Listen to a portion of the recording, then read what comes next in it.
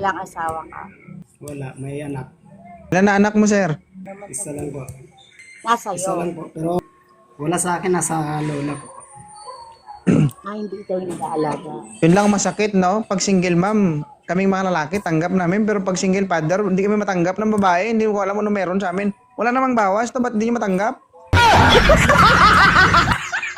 Grabe pa. Iba kasi mindset naming mga babae pag may anak na. Siguro iba kaya talaga. Pero iba, katulad ko kasi iba yung mindset ko pag may anak eh.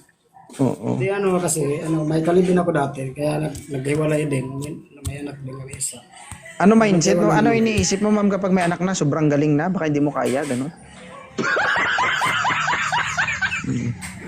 Kasi sir, pag binata, siguro sir, iniisip ni madam, ano lang, vibrator.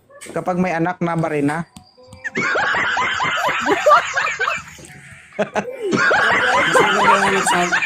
Mas maganda yung magsabi ng totoo eh.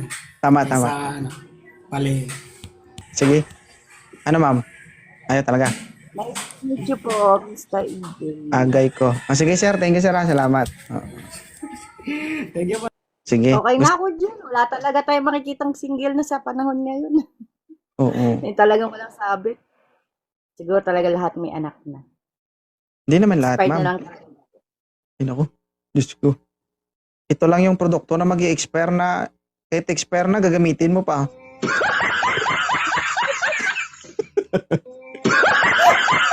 Ay! Diba guys? Lang natin yung alam kasi ako Kung ganyan naman kaalaga guys na ano, tapos sabihin nilang expire na, kahit 45 yan guys, banataan ko yan. Hindi ko papatawarin yan. Oo. Pero mama, thank you so much sa pag-akyat. Thank you No? po. Mm-mm. Bye-bye. Wag lang mawalan. Pero totoo yung sinabi ko na mas maganda talaga na may sariling pamilya. Kasi alam mo kung bakit? Walang kwenta yung paghihirap natin. Yung lahat ng yung pagiging successful natin kung wala tayong nabuo o wala tayong nagawang sariling pamilya. 'Di ba? Ani mo yung pera kapag tumanda ka na. Pera ka pero mag-isa ka. 'Di ba? So, mas maganda pa rin may sarili kang pamilya. Mararamdaman mo yan kapag wala ka ng kapatid sa tabi mo. Ba't ngayon, sobrang late ka para sa sarili mo? Pwede pa yan, ma'am. O, ipabiyak mo na lang.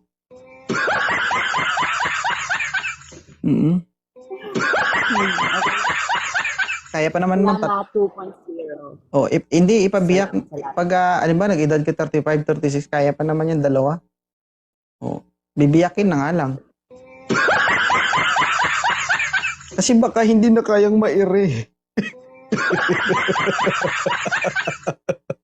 Hindi ba guys? Advice mo mag-isip talaga. Hindi kasi kasi mami, sa panahon natin ngayon, iba na yung mga kinakain natin. Dati 37, 38 years old, malakas umiri ang mga yun kahit ilan pa yung anakin, okay pa, kaya. 'Di ba? Pero sa panahon natin ngayon, iba na yung mga kinakain natin. Hindi na ganoon kalakas yung mga pangangatawan natin tulad ikumpara natin dun sa mga nanay, tatay natin dati. 'Di ba? Dati kapag nag-aasawa sila, dapat 37, 35. Doon sila mag-uumpisa magkakaanak, malakas pa sila. Tayo, kahit healthy tayo ngayon, hindi tayo 100% sure na kaya ng katawan natin. 'Di ba? Pero at the age of 34 years old, kaya pa yan. Bibiyakin nga lang. 'Di ba? Itong biyak ba yun or ano lang, semi lang. Semi lang. Pero mas maganda, mama. Unang tira, dalawa. Dalawa ang lalabas ba? Para isang paghihirap lang.